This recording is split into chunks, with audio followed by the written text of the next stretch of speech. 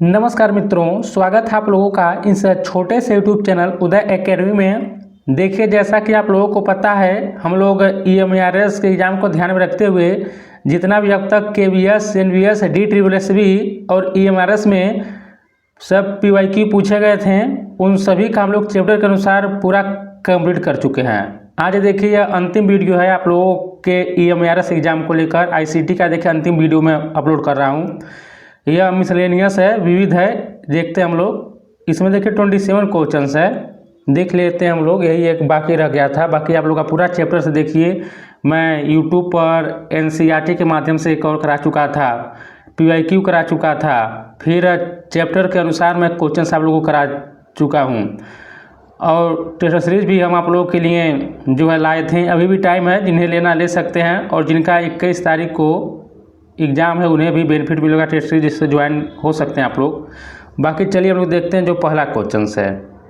कल आप लोगों का देखिए, आज ही एग्ज़ाम है 13 तारीख और कल भी एग्ज़ाम है। तो आप लोग एग्ज़ाम दिख रहेगा तो अपना रिव्यू जरूर दीजिएगा, कमेंट बॉक्स में बताइएगा कि आप लोग का पेपर कैसा गया है। पहला हम लोग देखते हैं। देखिए, पहला क्वेश्चन दिया कि कंप्यूटर सिस्टम में गूगल ड्राइव का प्राथमिक और सबसे सामान्य उपयोग क्या है। ब्राउजर है कि ऑपरेटिंग सिस्टम है कि क्लाउड स्टोरेज है कि एंटीवायरस है। देखिए, पहले का ऑप्शन नंबर सी सही होगा। जो कंप्यूटर सिस्टम में गूगल ड्राइव का जो प्राइमरी जो और सबसे सामान्य जो उपयोग है वह क्लाउड स्टोरेज है। तो ऑप्शन नंबर देखिए पहले का सी सही होगा। व्याख्या देख लेते हैं। गूगल ड्राइव एक क्लाउड स्टोरेज सेवा है जहां आप अपनी फाइलें ऑनलाइन स्टोर, शेयर और कहीं भी एक्सेस कर सकते हैं। इसलिए इसका मुख्य उपयोग डेटा को क्लाउड में स्टोर करना है। दूसरा क्वेश्चन देखिए, पूछा गया है कि निम्नलिखित में से कौन सा एक वर्चुअल असिस्टेंट का प्रसिद्ध एग्जाम्पल्स है। कोरल ड्रा की, कैनवा की, कार्टेना की, VLC प्लेयर। तो देखिए यहाँ पर वर्चुअल असिस्टेंट का यह पूछ रहा है कौन सा एग्जाम्पल है। तो देखिए ऑप्शन नंबर सी होगा, जो कार्टेना होगा। यही यहाँ पर ऑप्शन नंबर सी इसका सही होगा। व्याख्या देख लेते हैं। वर्चुअल असिस्टेंट ऐसे सॉफ्टवेयर होते हैं जो आपकी आवाज़ या कमांड पर काम करते हैं, जैसे रिमाइंडर सेट करना, जानकारी खोजना, एप्स खोलना आदि। देखिए कोरल ड्रा क्या होता है, ग्राफिक डिजाइन सॉफ्टवेयर होता है। कैनवा क्या होता है, तो डिजाइनिंग टूल होता है। और कार्टेना क्या होता है, यह देखिए माइक्रोसॉफ्ट का वर्चुअल असिस्टेंट है। और VLC प्लेयर एक मीडिया प्लेयर होता है, याद रखिएगा ये सब आप लोग।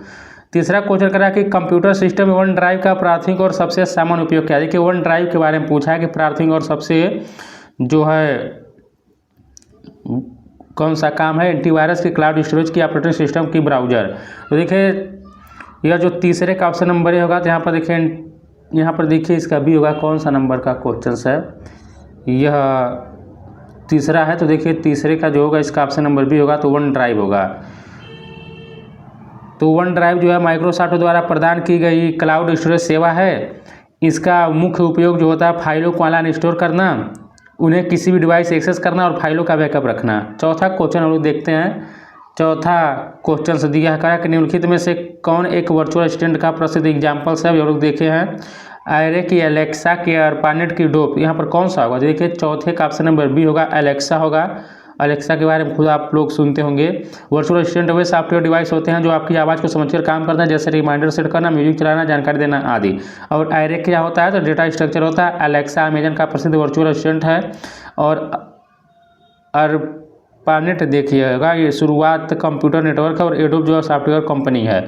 पांचवा क्वेश्चन करा कि इनमें से किसको साइबर अपराध के रूप में रिपोर्ट नहीं किया जा सकता है।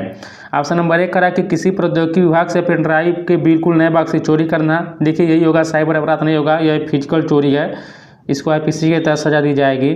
तो यह साइबर क्राइम नहीं है। तो ऑप्शन नंबर 1 यहाँ पर जो होगा सही होगा। बाकी जो दिया कि सोशल मीडिया पर किसी पोस्ट की टिप्पणी में अपराधजनक टेक्स्ट से पोस्ट करना, और सोशल मीडिया प्लेटफॉर्म पर फर्जी अकाउंट बनाना, और किसी के ईमेल अकाउंट का पासवर्ड बदलकर उसे लॉक करना और अनधिकृत गतिविधियों के लिए उपयोग करना, यह सब जो है साइबर क्राइम है। आगे बढ़ते हैं हम लोग। कह रहा है कि निम्नलिखित में से कौन सा सोशल मीडिया प्लेटफॉर्म पर रहते हुए साइबर सुरक्षित अभ्यास है। ऑप्शन नंबर 1 कह रहा है कि किसी अपरिचित की फ्रेंड रिक्वेस्ट एक्सेप्ट करना नहीं करना है आप लोगों को। अपनी लाइव लोकेशन पब्लिक प्लेटफॉर्म पर शेयर करना, ये भी नहीं करना है। और ईमेल पर किसी अनजान व्यक्ति द्वारा मांगे जाने पर अपनी पर्सनल डिटेल शेयर करना, ये भी नहीं करना है।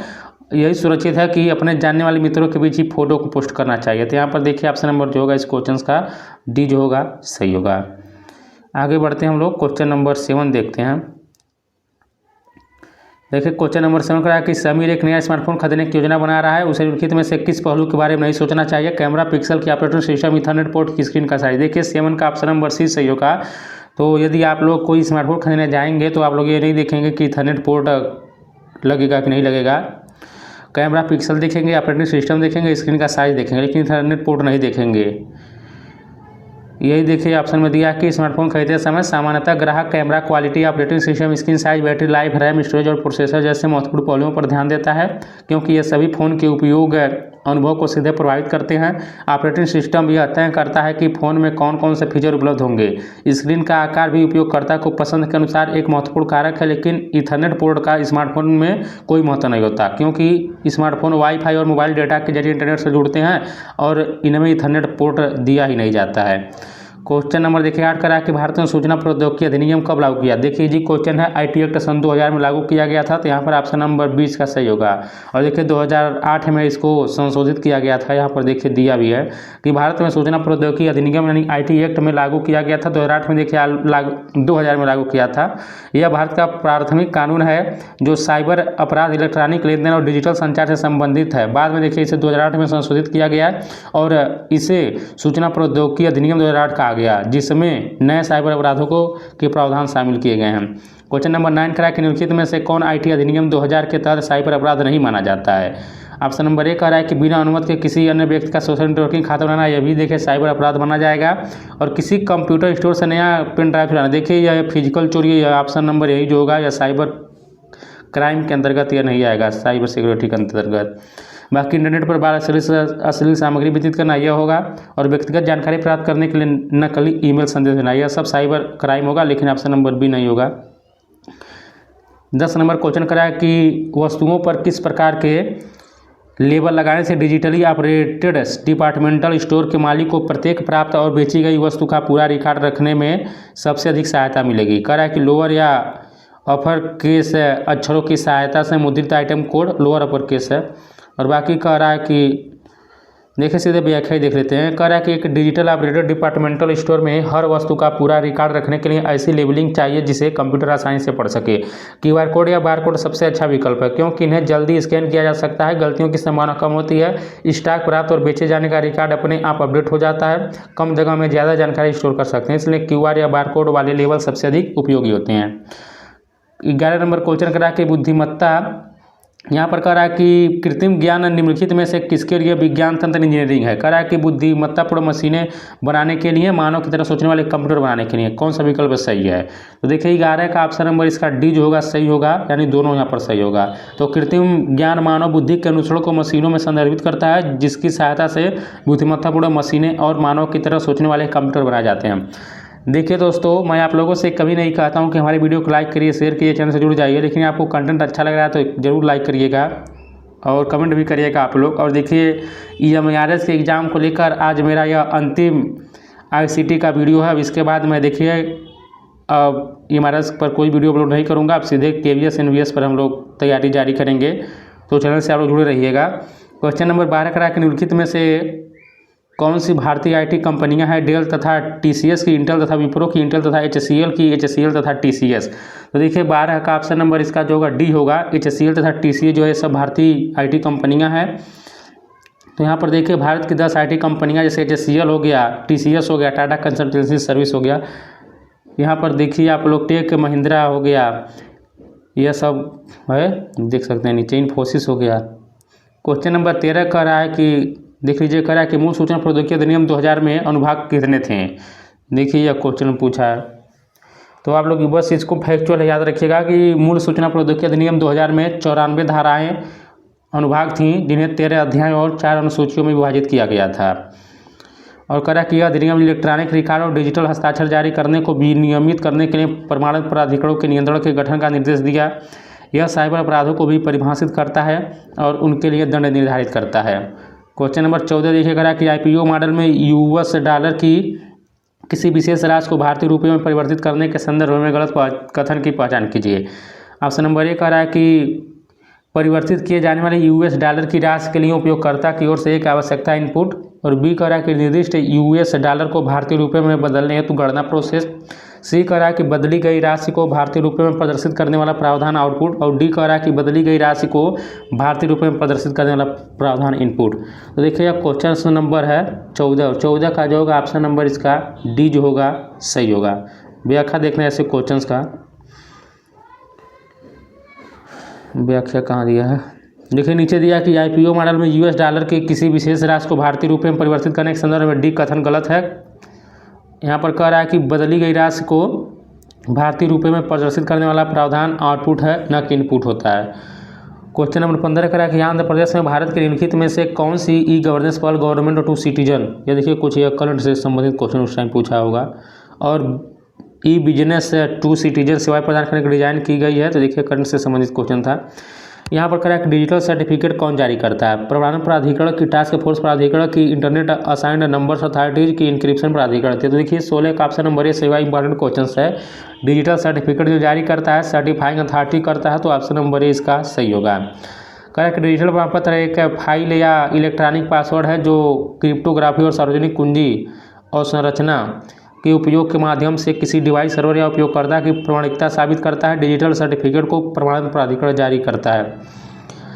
क्वेश्चन नंबर 17 कह रहा है कि निम्नलिखित में से कौन सा ई लोकतंत्र को संदर्भित करता है। ऑप्शन नंबर ए कह रहा है कि समाज की आवश्यकताओं को पूरा करने तो सरकार की क्षमता में सुधार के लिए आईटी का उपयोग, और यहाँ पर ऑप्शन नंबर बी कह रहा है कि सरकार और नागरिकों के बीच की खाई को कम करने वाली सेवाएं प्रदान करना। सी कह रहा है कि देश के आधुनिकीकरण के लिए आईसीटी का उपयोग, और डी कह रहा है कि समाज के सभी वर्गों को राज्य के प्रशासन में भागीदारी है तो सक्षम बनाने की सुविधा प्रदान करने के लिए आईटी का उपयोग। तो देखिए यहाँ पर इस क्वेश्चन का ऑप्शन नंबर ए जो होगा सही होगा। 17 है, 17 कौन सा नंबर है, ये देखिए क्वेश्चन नंबर 18 है, 17 है, तो 17 का ऑप्शन नंबर डी यहाँ पर सही होगा। कह रहा कि ई डेमोक्रेसी या इलेक्ट्रॉनिक लोकतंत्र शब्द का एक संयोजन जिसे डिजिटल लोकतंत्र या इंटरनेट लोकतंत्र के रूप में भी जाना जाता है। यह सरकार का एक रूप है जिसमें समाज के सभी वर्गों को राज्य के प्रशासन में भागीदारी है तो सक्षम बनाने की सुविधा प्रदान करने के लिए आईटी का उपयोग किया जाता है। क्वेश्चन नंबर 18 करा कि सूचना प्रौद्योगिकी संशोधन विधेयक लोकसभा को पारित किया गया था, तो बताइए आप लोग। तो देखिए हम लोग पढ़ चुके हैं 2008 में इसको संशोधित किया गया था। ठीक, तो 2000 का एक्ट है और 2008 में इसको संशोधित किया गया था। ये भी याद रखिएगा कि इस संशोधन अधिनियम 2008 में कुल 9 अध्याय और 117 धारा याद रखिएगा। जो संशोधित हुआ है आईटी एक्ट सन 2008, इसमें 9 अध्याय और 117 धाराएं हैं। क्वेश्चन नंबर 19 करा कि भारतीय सूचना प्रौद्योगिकी अधिनियम 2000 का कौन सा अध्याय प्रमाणन प्राधिकरण के विनिमय से संबंधित। देखिए थोड़ा फैक्चुअल क्वेश्चन है, बल्कि ये कठिन क्वेश्चन है, तो यहाँ पर इसका ऑप्शन नंबर सी सही होगा। चैप्टर 6 जो है कह रहा है कि सूचना प्रौद्योगिकी अधिनियम सन 2001 भारतीय कानून है जो इलेक्ट्रॉनिक कॉमर्स और इलेक्ट्रॉनिक डेटा इंटरचेंज को कानूनी मान्यता प्रदान करता है। इस अधिनियम का उद्देश्य साइबर अपराध, डेटा संरक्षण, गोपनीयता को विनियमित करना और भारत में इलेक्ट्रॉनिक शासन को सुविधाजनक बनाना है। आईटी एक्ट सन 2000 के अध्याय यानी चैप्टर 6 प्राणकर्ता प्राधिकारियों का विनिमय से संबंधित है। यहाँ पर 20 नंबर क्वेश्चन करा कि गवर्नेंस का उपयोग करने के लाभ निम्नलिखित में से कौन से हैं। भ्रष्टाचार में कमी और उच्च पारदर्शिता। देखें यहाँ पर 20 का जो होगा ऑप्शन नंबर इसका ए होगा, दोनों यहाँ पर सही होगा। ई गवर्नेंस के प्रयोग का लाभ यह है कि भ्रष्टाचार में कमी हो और उच्च पारदर्शिता हो, तो यहाँ पर दोनों सही हो जाएगा। 21 नंबर का है कि भारतीय आईटी अधिनियम 2000 का कौन सा साइबर अपीलीय न्यायाधिकरण की स्थापना को अनिवार्य बनाता है। अध्याय 5, 10, 9 की 7 है। देखिए 21 का ऑप्शन नंबर इसका 20 सही होगा। भारतीय आईटी एक्ट 2000 के अनुसार साइबर अपीलीय न्यायाधिकरण की स्थापना को अनिवार्य बनाने वाला अध्याय जो है 10 है। 22 कह रहा है कि निम्नलिखित में से कौन सी अंतःक्रियाएं ई गवर्नेंस में शामिल होती हैं। G2G की G2C की G2B, कौन सा यहाँ पर शामिल होगा बताइए आप लोग। तो देखिए 22 का ऑप्शन नंबर जो होगा इसका ए सही होगा। तीनों यहाँ पर सही होगा। ई गवर्नेंस में सभी शामिल हैं, G2G, G2C, G2B। देखिए G2C मतलब गवर्नमेंट टू सिटीजन होता है, G2B मतलब गवर्नमेंट टू बिजनेस होता है, G2G यानी कि गवर्नमेंट टू गवर्नमेंट होता है, और देखिए G2E मतलब गवर्नमेंट टू एम्प्लॉय होता है। आगे देखते हैं क्वेश्चन नंबर 23 है। देखिए कह रहा है कि कंप्यूटर के सोर्स डॉक्यूमेंट के साथ छेड़छाड़, कंप्यूटर सिस्टम को हैक करना और इलेक्ट्रॉनिक रूप से अश्लील जानकारी प्रकाशित करने जैसे अपराधों को भारतीय आईटी अधिनियम 2000 किस में प्रशासित किया गया, मतलब किस अध्याय में, इसको 11 में कि 9 में कि 3 में कि 8 में। तो देखिए क्वेश्चन नंबर है आप लोग का 23 और 23 का ऑप्शन नंबर होगा इसका 1 यानी अध्याय 11 में। याद रखिएगा इसको। 24 करा के निम्नलिखित में से किस स्थान पर सार्वजनिक स्थानों पर सूचना प्रदर्शित करने वाले टच स्क्रीन कियोस्क नहीं होते हैं? सरकारी और कॉर्पोरेट भवन में, कि शॉपिंग मॉल, के हवाई अड्डे पर, कि घरों में? तो इजी क्वेश्चन है, घर में तो होगा नहीं, बाकी हर जगह टच स्क्रीन कियोस्क होते हैं। 25 कह रहा है कि जैसे देखिए यह क्या कर रहा है, जैसे यहाँ पर लिखा है कि टच स्क्रीन मुख्यतः सरकारी और कॉर्पोरेट भवनों, शॉपिंग मॉलों, हवाई अड्डों, टिकट काउंटरों आदि जगह होता है, जहाँ से आप लोग QR स्कैन कर टिकट निकालते हैं। कह रहा है कि निम्नलिखित में से किस डिवाइस को एक आउटपुट डिवाइस के रूप में प्रयोग नहीं किया जाता है? देखिए printer, mouse, monitor, speaker. Mouse, keyboard, scanner सब इनपुट डिवाइस है, बाकी प्रिंटर, मॉनिटर, स्पीकर, प्लाटर सब आउटपुट डिवाइस होते हैं। तो ऑप्शन नंबर बी यहाँ पर इसका सही होगा। आगे बढ़ते हैं। देखिए 26 क्वेश्चन है, यहाँ पर UPI का फुल नेम पूछा है, बताइए। यूनिफाइड पेमेंट इंटरफेस होगा कि यूनाइटेड पेमेंट से इंटरचेंज होगा, कि यूनिवर्सल पेमेंट इंटरचेंज होगा, कि अनइंटरप्टेड पेमेंट्स इंटरफेस होगा? तो देखिए 26 का ऑप्शन नंबर ए होगा। UPI का full name unified payment interface होगा। 27 क्वेश्चन कह रहा है कि आपको बताना है कि किसमें जो है भिन्न भिन्न चौड़ाइयों या लंबाइयों की रेखाएं शामिल है तथा कंप्यूटर सही पढ़ी जा सकती है। देखिए हम लोग जानते हैं कि वह बार कोड ही होता है, तो 27 का ऑप्शन नंबर ए जो होगा सही होगा। तो देखिए हम लोग ये विविध से 27 क्वेश्चन से हम लोग पूरा कवर कर लिए हैं। जितना भी यह PYQ अब तक KVS NVS DTSS EMRS में पूछा गया था सभी हम लोग कवर किए हैं। देखिए आज हमारा EMRS को लेकर यह अंतिम वीडियो था। अब इसके बाद हम लोग KVS NVS पर काम करेंगे। और आप लोगों का जो है तहे दिल से धन्यवाद मैं देता हूं, क्योंकि आप लोग भी हमारे साथ जुड़े थे और काफ़ी लोगों ने सपोर्ट भी किया, हमें टेस्ट सीरीज ज्वाइन किया, विश्वास किया। और मैं यही चाहूँगा कि आप लोग जिनका भी एग्ज़ाम है सभी लोग बेहतर करके आएँ, और आप सभी को बेस्ट ऑफ लक, सबका एग्ज़ाम बढ़िया हो। और एग्ज़ाम के बाद आप लोग रिव्यू जरूर दीजिएगा कमेंट बॉक्स के माध्यम से, टेलीग्राम के माध्यम से, व्हाट्सएप के माध्यम से, कि कैसा आप लोग का एग्ज़ाम हुआ है।